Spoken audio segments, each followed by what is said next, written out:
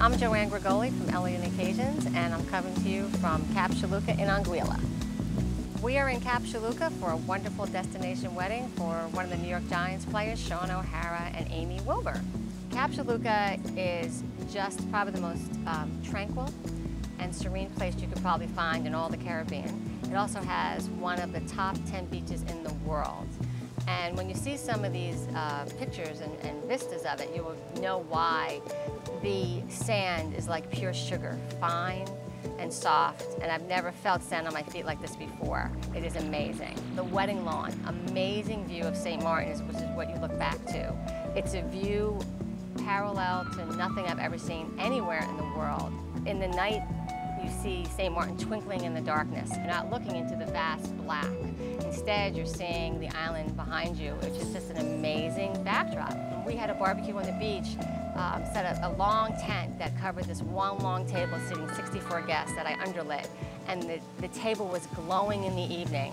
And off to the side, we had an amazing bonfire that was just, projecting this wonderful warm tone over the entire, night.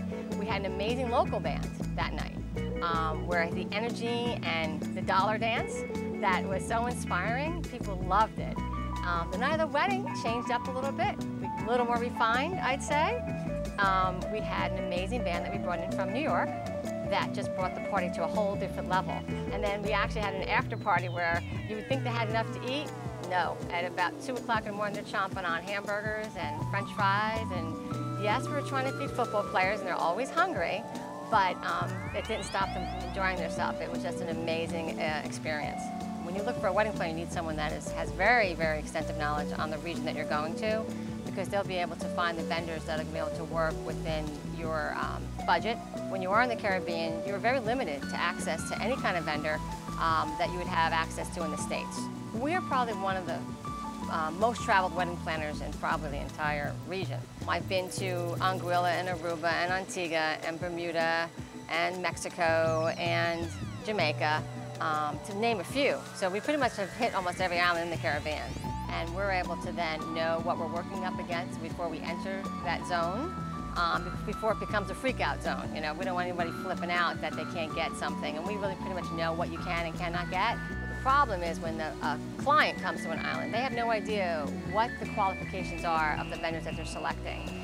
And we definitely know what they can and cannot do and what their capabilities are. So that is a huge advantage. If you have a vision in your head and you can't get it done because they don't have the access to the services, brides become very frustrated with that. And we pretty much can do anything that the bride needs to do because our network is so vast. With 20 years of experience, we pretty much have probably the most extensive network of people that we can pull from.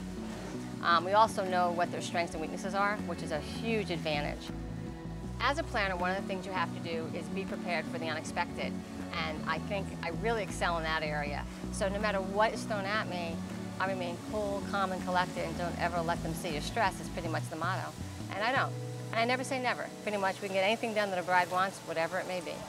Definitely challenging, across the board, but you have to be adaptable. You really have to relax and enjoy the process. The more upset a bride gets, the worse it is. So you have to embrace the environment that you're in and really, really take it in stride.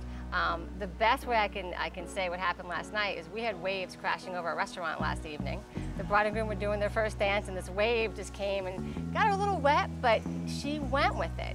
She smiled and just continued dancing, just brushed off the seawater and continued on. It was amazing. And that's what you should do. Anything that comes your way, act as it's a surprise, and don't worry about what's happening around you, but enjoy it and embrace it. I was a corporate event planner before I became a wedding planner, and I was very passionate about weddings. And every time I was on vacation, I would run to see a wedding. No matter where it was, I'd say to my husband, oh, it's 2 o'clock, it's wedding time, or it's 3 o'clock, it's wedding time. He said, Joe, you don't even know these people. But I love, love, love the romance, and I love to see people happy. So I really took that skill of planning and just took it to a different level. And I figured I got more enjoyment out of seeing the faces of happy people and seeing the joy that you bring to people than corporate. Corporate's a little colder. And I just found that making people happy, being with people, just was my passion in life.